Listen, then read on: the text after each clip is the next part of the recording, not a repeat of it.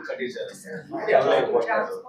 రేపు ఈ డేటా సెంటర్లు వస్తాయి, పాపులేషన్ వెళ్ళిపోద్ది. ఆ హనుమంతు వారి దగ్గర మీ నియోజకవర్గంలోనే నరకం అంటే వెలికి రాశారు.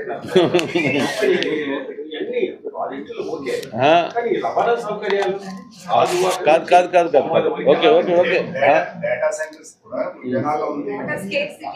ఏదైతే వాటర్ ఉంది పోలవరం నుంచి తెస్తా అంటున్నారు. మరి మీరు అన్నట్టు వాటర్ తెస్తే ఎక్కడ పెట్టుకోవాలి? ఇప్పుడున్న ఏలూరు కెనాల్ కెపాసిటీ చాలదు, చేస్తారు. తెచ్చిన తర్వాత వాటర్ ఏం చేస్తారు? డైరెక్ట్గా ఇవ్వలేం కదా, స్టోరేజ్ కావాలి, రిజర్వాయర్లు కావాలి. దీని మీద స్పెసిఫిక్గా యాక్షన్ ప్లాన్ కోసం మన మినిస్టర్ గారు వచ్చింది, మాట్లాడింది, దాని మీదే మాట్లాడారు. మీరు ఇక్కడ కూర్చొని మీరు ఏం మాట్లాడుకోవట్లేదు, ఎట్లా ఎన్ని మాట్లాడుతున్నారు రైట్. అందుకే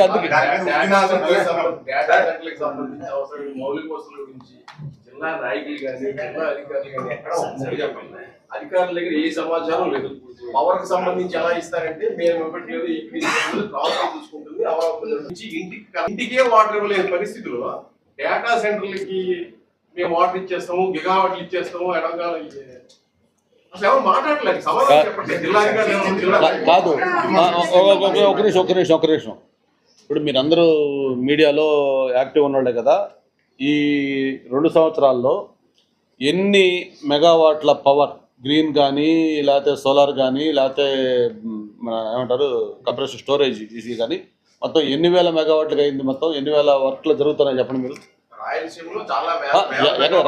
ఏముంది మీరు ఎంఓఎల్ కాదు, వర్క్స్ ఆన్గోయింగ్ వర్క్స్, ఎంఓఎల్తో ఆగలేదు. మీరు అదే చెప్పేది 90,000 మెగావాట్లు మొత్తం. ఈ గిగావాట్లు కాదు, ఇంక 2 గిగావాట్లు అనేది ఇబ్బంది లేదు. మొత్తం అందరూ రాయలసీమ పెడతారు. రాయలసీమ పెడితే అక్కడ ట్రాన్స్మిషనే కదా. అలాగే అవన్నీ సైమల్టేనియస్గా అవుతాయి. తర్వాత వాటర్ అన్నారు, మీరు చెప్పిన వాటర్ డెఫినెట్గా ఇష్యూ, మనకి స్టోరేజ్ కావాలి 100%. దాని మీద మనం నారాయణ గారు వచ్చింది స్పెసిఫిక్గా దాని మీద మెయిన్ ఫోకస్. ఏదైతే మనకు పోలవరం వచ్చినా ఇంకోటి వచ్చినా అది అన్నిటికీ వాటర్ రిక్వైర్మెంట్ ఉంది. ఇప్పుడు సమ్మర్ పీక్ మనం ఇబ్బంది పడుతున్నాం వాటర్. ఈ వాటర్కి సంబంధించి ఒక స్పెషల్ కంటింజెన్సీ ప్లాన్ చేయాలి, ఎన్ని రిజర్వాయర్లు చేయాలి, ఉన్నాయి ఎట్లా వాటిని చేసుకోవాలి, కొత్తవి చేయాలంటే ఎంత ల్యాండ్ కావాలి, ఎక్కడెక్కడ అవకాశం ఉంది, గవర్నమెంట్ ల్యాండ్స్ ఉన్నాయా, అలాగే అక్వైర్ చేయాలా, దీని అన్ని మీద డీటెయిల్డ్గా రాత్రి 11 దాకా అయింది రివ్యూ.